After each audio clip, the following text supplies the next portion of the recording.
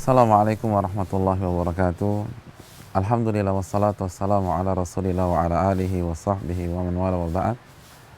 Saudaraku yang dirahmati oleh Allah subhanahu wa ta'ala, ada sebuah hadis yang pernah dituturkan oleh Nabi kita sallallahu alaihi wasallam yang dikeluarkan Imam Ibnu Hibban dan para ulama hadis yang lain, dan dihasankan oleh sebagian para ulama seperti Syekh Abdul Aziz bin Baz rahimahumullah.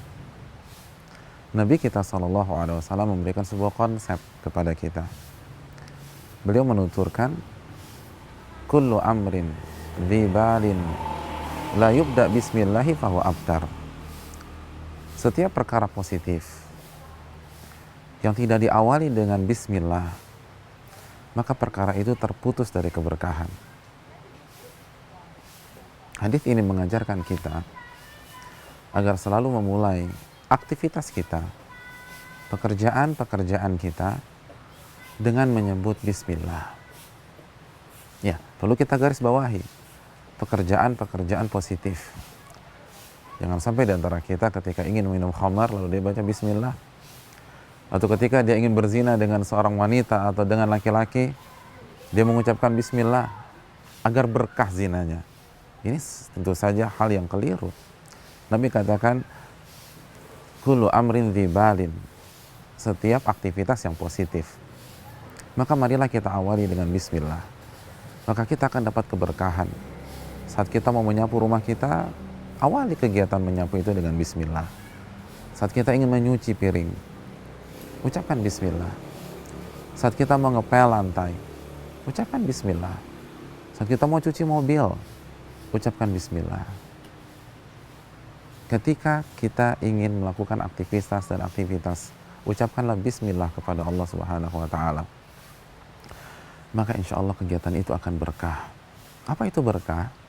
Kata Imam Ibnul Qayyim, berkah itu adalah mendapatkan kebaikan yang banyak dengan usaha yang minim. Ya, ketika kita mengucapkan bismillah pada saat kita mengerjakan pekerjaan rumah kita, maka insya Allah di balik itu Allah berikan kebaikan demi kebaikan. Saat kita menyetir mobil dan mengucapkan bismillah, maka insya Allah perjalanan kita akan berujung pada kebaikan demi kebaikan. Pada saat kita berbicara dengan orang, berdiskusi, atau memulai rapat, lalu kita bicara bismillah, maka insya Allah rapat itu diberkahi oleh Allah subhanahu wa ta'ala. Dan kalau kita tidak baca itu, maka keberkahan itu akan pudar, dan perlahan demi perlahan akan sirna dari kita. Saudaraku yang dirahmati oleh Allah subhanahu wa ta'ala, apa rahasianya? Ternyata rahasianya bahwa bismillah adalah simbol ketergantungan seorang hamba kepada Allah. Bismillah adalah salah satu simbol ketawakalan kita. Karena tahukah kita pada saat kita mengucapkan bismillah, maka kita baru saja meminta pertolongan kepada Allah. Karena ba yang dikasroh di awal kata bismillah itu artinya ba isti'anah, meminta pertolongan kepada Allah. Jadi makna ketika saya dan Anda mengucapkan bismillah adalah aku meminta pertolongan kepada Allah dengan menyebut namanya.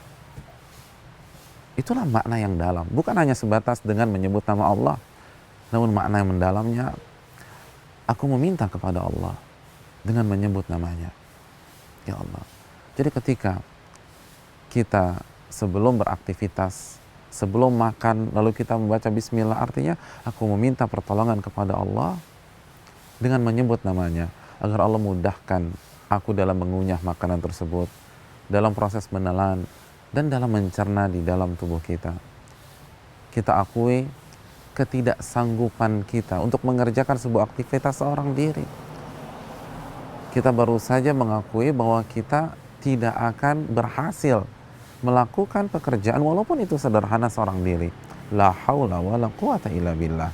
Tidak ada daya dan kekuatan kecuali dengan pertolongan Allah subhanahu wa ta'ala. Dan apa yang terjadi ketika seseorang benar-benar meresapi ucapan bismillahnya? Saudaraku, dia baru saja bertawakal kepada Allah. Dan Allah berfirman tentang orang-orang yang bertawakal, orang-orang yang menggantungkan dirinya kepada Allah. Dalam surat At-Talaq ayat 3, "Wa man yatawakkal 'alallahi fahuwa hasbuh."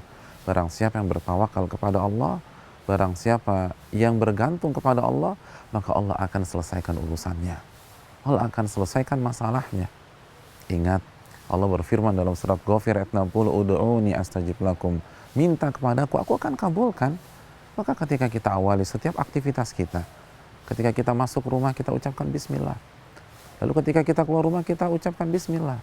Maka kita meminta pertolongan kepada Allah agar menyelesaikan urusan di dalam rumah kita. Ketika kita berinteraksi dengan suami atau suami dengan istri, ketika kita berbicara dan berkomunikasi dengan anak-anak atau anak-anak dengan orang tuanya, hadirin, kesalahan sedikit saja itu bisa berakhir prahara di rumah tangga. Jangan sombong. Bukankah banyak masalah justru lahir dari rumah kita? Mintalah pertolongan kepada Allah. Ucapkanlah bismillah ketika masuk rumah. Atau bismillah ketika keluar rumah. Karena ketika kita keluar rumah kita akan berhadapan dengan banyak kejahatan yang akan menghantui setiap aktivitas kita.